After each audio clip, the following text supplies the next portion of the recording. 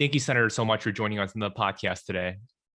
We wanted to start the discussion on why the United States should strengthen its ties with Taiwan, and why should it work to deter Beijing's military aggression and economic coercion against the Republic of China. Well, I mean, Taiwan is an important strategic partner for the U.S. in the Indo-Pacific region, economically and on security issues. I think it's important because we want to guarantee freedom of navigation internationally, to uphold the rule of law internationally. And, so even if it was just because of that, it would be important. But more importantly, Taiwan has been a friend of the United States. And not only has Taiwan served as the birthplace of some of the most advanced technology companies, it's also proven itself to be a reliable actor who's really always ready to engage positively with the global community. So they're good global actors, and they've proven time and again that they want to be part of the global community and a substantive productive member of the global community. And I think we should support any country that wants to do that.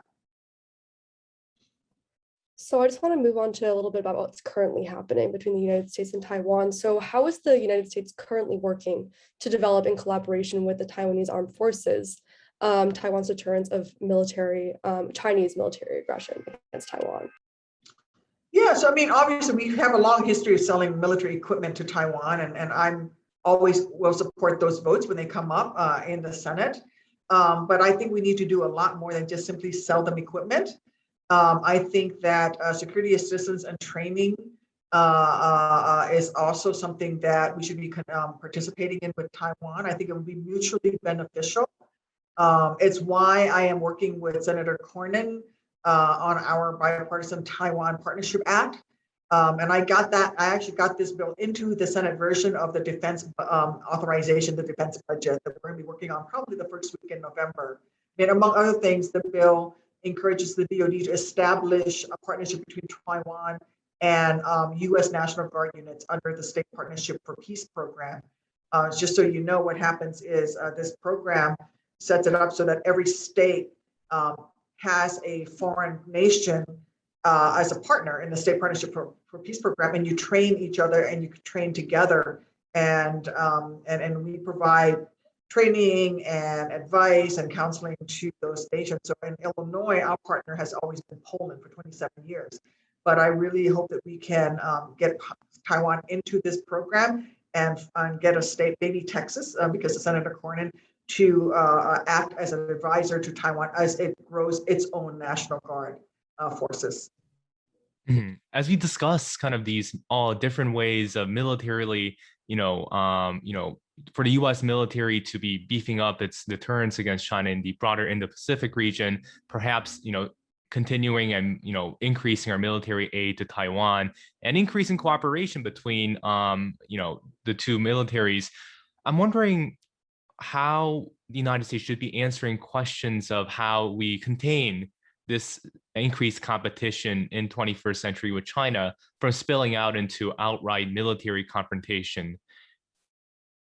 Well, I think this is where we engage in with the international community, and so why we need to engage with Taiwan beyond, in as I said, with the State Partnership for Peace program. This is not building up their defense, but this is actually building up their reserve forces, their homeland defense forces is one of the ways that we can do this. It's maintaining freedom of navigation, working with not just Taiwan, but other nations that are invested and are in a free and independent Taiwan to support us and to be part of the international community to support a free and independent Taiwan. I mean, keeping the Straits of Taiwan free is not just good for Taiwan or the United States, but it's also good for East Asian nations and Southeast Asian nations as well, because there's a lot of trade that goes through there. Taiwan is a major microchip manufacturer in the world, and again, as I've said, Taiwan has shown itself to be a good friend. I mean, they sent us PPE and other supplies in the early days of the pandemic when we didn't have enough in this country. Was so pleased we were able to donate 2.5 million vaccine doses to the country. But there's a lot more of that give and take that we can do, and that other countries can do as well to help keep Taiwan engaged with the greater international community, and that in on, will also help contain the PRC's aggression as well. Because Mhm. then they're not just dealing with Taiwan, they're dealing with the whole international community. You brought up, cooperation with Taiwan in terms of dealing with the pandemic. I know you were in Taiwan just this summer. Can you talk us a bit through like what was discussed and kind of what the outcomes were of the trip and the purpose behind your visit to Taiwan? It was early on in the Biden administration's vaccine diplomacy initiative, which is the United States is donating vaccines, COVID-19 vaccines, to the rest of the world. And this is very much a very different approach than what the PRC was doing, because the PRC is actually forcing nations to buy their vaccines as opposed to donating. And what happened in Taiwan was that even though Taiwan had been seeking and had the ability to buy vaccines, the PRC was basically blockading Taiwan from being able to purchase those vaccines by telling those other nations, that they were creating their own vaccines, like India and places like, if you sell your vaccines to Taiwan, then we will not do business with you. And so it was an economic blockade of Taiwan. And so Senator Coons, Senator Sullivan, and I were talking. We think, we really need to stand with Taiwan. They're the only nation in the world that's being actively blockaded from the vaccine in the middle of a global pandemic by the PRC.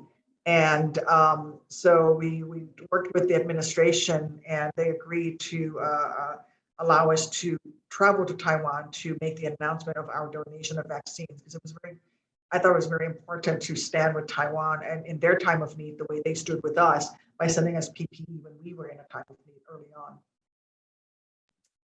So you discussed your trip to Taiwan. Could you discuss as well what other policies outside the realm of military assistance that the United States should pursue to strengthen relations with Taiwan, like I said, outside of military means? And what role can Congress play in this? Oh, there's a lot that we can do. I think that we should evaluate the feasibility of enhanced cooperation between the two peoples on all sorts of issues like emergency response, cyber defense, education, cultural exchange, manufacturing. One of the issues that we've seen during COVID has been supply chain manufacturing shortages and shortcomings. I think that it's really important that we look at all the other ways we can work and partner with Taiwan. It's why I introduced the Bipartisan Taiwan Partnership Act, and I'm working really actively to include it in this year's defense bill.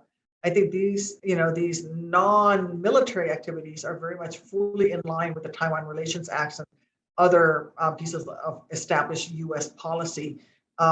We talk with Taiwan about making investments in the United States. One of the problems that we're having right now with the global supply chain is that Taiwan produces over 90% of the microchips used here in the U.S. For cars. So we have actually production lines for vehicles that are sitting idle right now because we can't get enough microchips. So working with Taiwan to help them, get them to make some investments in microchip production in the United States, and then us making investments in their country, and just finding more ways to work together, I think will be really helpful. To conclude our discussion on Taiwan, as you know, early October, China sent, the largest Air Force incursion into Taiwan air defense identifications or its self-identification zone. And, there are growing signs that, perhaps China, Beijing is trying to ready itself to perhaps invade Taiwan, or, and such assessments are, reflected in how American defense analysts are thinking about this issue and approaching Taiwan.